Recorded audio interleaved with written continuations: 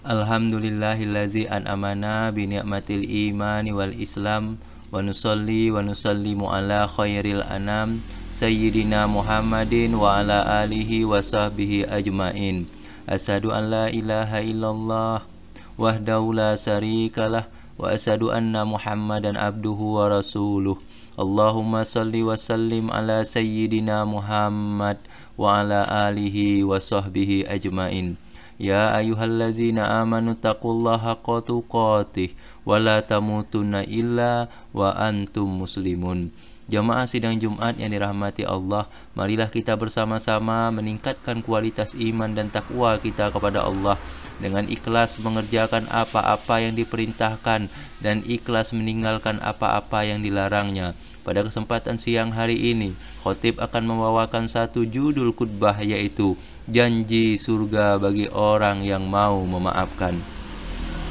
Jemaah sholat Jumat yang dimuliakan Allah, untuk menambahkan kekuatan hati kita agar bisa berjiwa besar, agar bisa memaafkan kesalahan saudara-saudari kita, marilah kita merenungkan sebuah kisah yang terdapat dalam sebuah hadis. Pada suatu hari, Rasulullah SAW sedang berkumpul dengan para sahabatnya. Di tengah perbincangan dengan para sahabatnya, tiba-tiba Rasulullah SAW tertawa ringan sampai-sampai terlihat gigi beliau yang putih. Umar radhiyallahu an yang berada di situ bertanya, "Demi engkau ayah dan ibuku, sebagai tebusannya, apa yang membuatmu tertawa wahai Rasulullah?" Rasulullah sallallahu alaihi wasallam menjawab, "Aku diberitahu bahwa pada hari kiamat nanti ada dua orang yang duduk bersimpuh sambil menundukkan kepala mereka di hadapan Allah.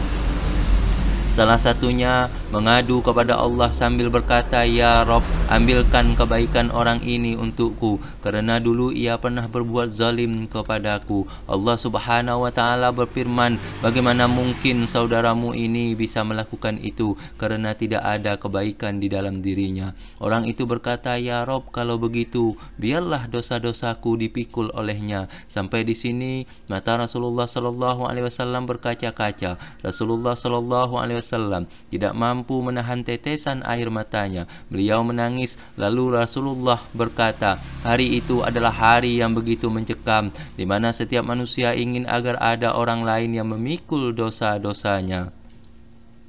Rasulullah SAW melanjutkan kisahnya. Lalu Allah berfirman kepada orang yang mengadu tadi, "Angkat kepalamu." Orang itu mengangkat kepalanya. Lalu ia berkata, "Ya Rob, aku melihat di depanku ada istana-istana sangat megah yang terbuat dari emas, dan di dalamnya terdapat singgasana yang terbuat dari emas dan perak, bertahtakan berlian, intan dan permata. Istana-istana itu untuk Nabi yang mana ya Rob? Untuk orang jujur yang mana ya Rob? Untuk suhada yang mana ya Rob?" Allah berfirman, istana-istana itu diberikan kepada orang yang mampu membayar harganya. Orang itu berkata, "Siapakah yang akan mampu membayar harganya ya Rob?" Allah berfirman, "Engkau juga mampu membayar harganya." Orang itu terheran-heran sambil berkata, "Dengan cara apa aku membayarnya ya Rob?" Allah berfirman, "Caranya, engkau maafkan saudaramu yang duduk di sebelahmu, yang kau adukan kezalimannya kepadaku." Orang itu berkata, "Ya Rob, kini aku memaafkannya."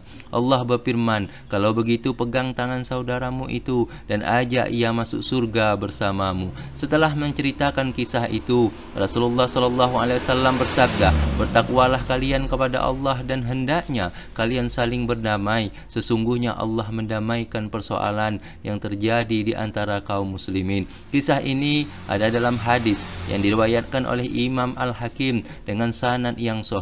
Ma'asyiral muslimin, jamaah salat Jumat yang dirahmati Allah, sampai hari ini sudah berapa orang yang kita maafkan dari tanggal 1 Syawal sampai sekarang? Tapi hampir 100% orang-orang yang kita maafkan tersebut tidak bersalah kepada kita, hingga kita sangat mudah memaafkannya. Tapi sampai hari ini, adakah kita memaafkan baik dari pihak keluarga kita, kerabat kita, sahabat kita yang pernah berbuat salah kepada kita, bahkan salah fatal terhadap kita? Kita berada di posisi yang benar. Adakah mereka sudah kita maafkan sejak tanggal 1 kemarin sampai hari ini? Adakah kita sudah memaafkan orang yang kita benci, bahkan paling kita benci? Jawaban ada di hati kita masing-masing.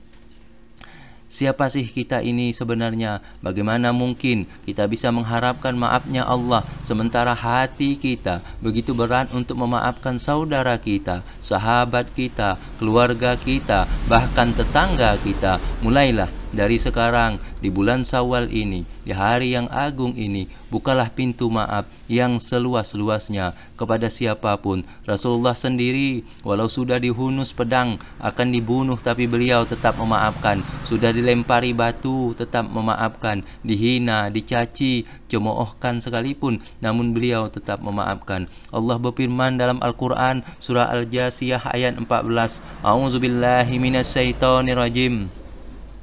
Qul lillazina amanu yaghfiru lillazina la yarjuna ayyamallahi liyajziya qauman bima kanu yaksibun. Artinya, katakanlah kepada orang-orang yang beriman, hendaklah mereka memaafkan orang-orang yang tiada takut hari-hari Allah, karena Dia akan membalas sesuatu kaum terhadap apa yang telah mereka kerjakan. Demikianlah khutbah Jumat yang singkat ini. Semoga Allah berkenan melapangkan dada kita untuk bisa memaafkan orang-orang yang kita benci, orang-orang yang pernah menyakiti kita, orang-orang yang pernah menzolimi kita, pernah mengambil hak kita. Amin, Allahumma amin. Sebagai penutup, saya pribadi mohon maaf apabila ada salah, baik yang disengaja ataupun tidak. Barakallahu li wa lakum fil Qur'anil azim, wa nafa'ni wa iyyakum bima fihi min ayati wa zikril hakim, wa taqabbalallahu minni wa minkum tilawatahu wa innahu huwas samiul alim.